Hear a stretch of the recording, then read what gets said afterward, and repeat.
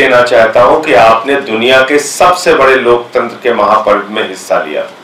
आज चुनावों के परिणाम आ रहे हैं और लगभग तस्वीर साफ होती हुई दिख रही है। ये चुनाव कई प्रकार का संदेश दे रहे हैं।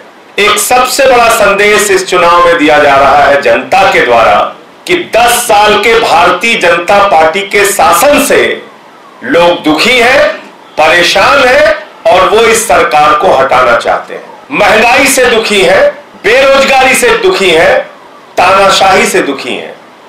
जिस तरह से इस चुनाव में धन बल का इस्तेमाल किया गया, जिस तरह से इस चुनाव में ईडी तंत्र का इस्तेमाल किया गया, सीबीआई के तंत्र का इस्तेमाल किया गया, इनकम टैक्स के तंत्र का इस्तेमाल किया गया, पुलिस के तंत्र का इस्तेमाल किया गया, सारे विपक्ष को पकड़ पकड़ के जेल में डाला गया। हमारी पार्टी के मुखिया अरविंद केजरीवाल सहित हमारे शिक्षा मंत्री, हमारे स्वास्थ्य मंत्री मनीष सिसोदिया और सत्येंद्र जैन को जेल में डाला गया।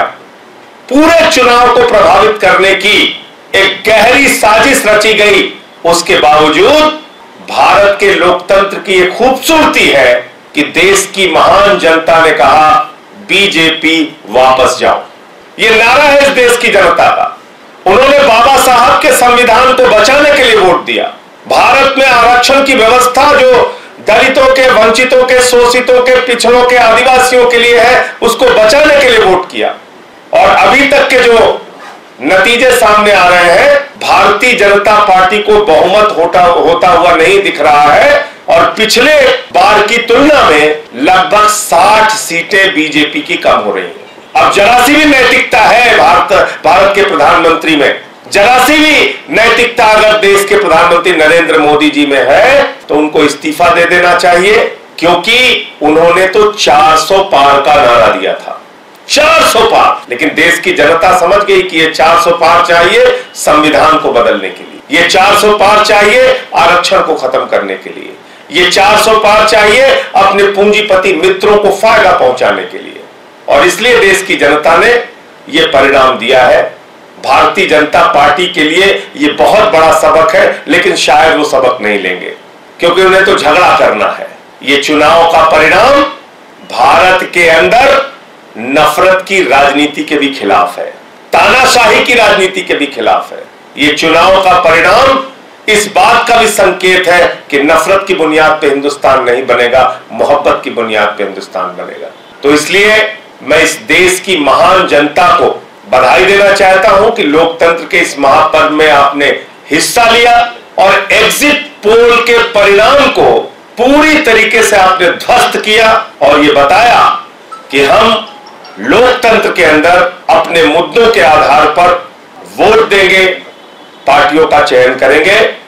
किसी को भी इस अहंकार में नहीं रहना चाहिए कि वो बिल्कुल हमेशा के लिए इस देश पे तानाशाही की अपनी हुकूमत चलाएंगे। और वैसे भी प्रधानमंत्री जी ने जब से कहा कि उनका जन्म बायोलॉजिकल नहीं है, वो अवतार है, भगवान से भी बढ़कर अपने आप को मानने लगे। उनकी पार्टी गाना गा रही थी कि जो राम को लाए हैं हम उनको लाएंगे। इतना अहंकार हो गया कि भगवान श्री राम को लाने का दावा करने लगे।